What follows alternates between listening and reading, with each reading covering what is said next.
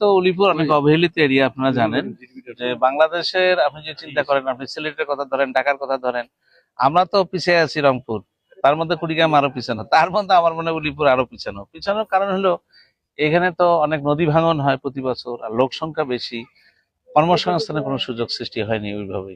আর রাস্তাঘাট, চিকিৎসা, হাসপাতাল সবগুলো বেহাল অবস্থা, আপনারা জানেন। তো এই জন্য আমরা চাই যে একটা স্মার্ট উলিপুর গড়ে তুলতে আমরা চাই, যে উলিপুরে কোনো দুঃখ কষ্ট মানুষের থাকবে না।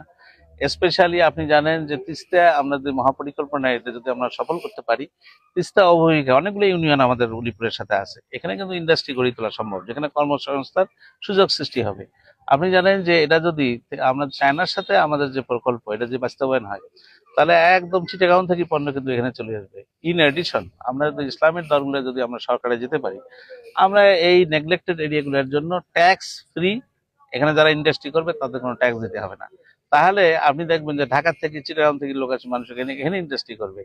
এখন উলিপুরের লোকে তো কর্মসংস্থান সৃষ্টি হবে, শুধু উলিপুর না, উলিপুর, চিলমারি, কুড়িগ্রাম এদিকের মানুষ কর্মসংস্থান সৃষ্টি হবে, এবং বাংলাদেশের অন্যান্য এলাকার লোকও কিন্তু এখানে এসে কাজ করতে পারবে। ইন এডিশন আপনি চরাঞ্চলে যান, সেখানে অনেক, এখানে বালু আছে, নদী আছে, সেখানে প্রপার ইউটিলাইজেশন নেই। আমি এমপি থাকা অবস্থায় আপনি দেখেন এই ধরলার ডিগিং এর জন্য 518 কোটি টাকা বরাদ্দ হয়েছে, এখন পর্যন্ত কিন্তু কাজ হয়নি।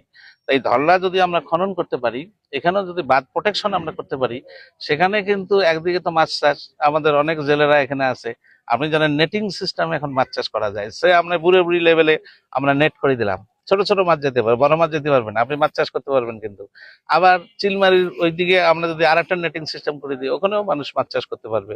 জেলেদের অল্প পয়সায় লিজ দেওয়া, পার আছে, পারেও কিন্তু আপনি বিনোদন সৃষ্টি করতে পারবেন। এখানে বিভিন্ন ধরনের পার্ক, মানুষ তো বিনোদন এখন চায়, তাহলে সবসময় রুমের ভিতরে থেকে টেলিভিশন দেখে মানুষ এখন তো বিরক্ত হয়ে যাচ্ছে।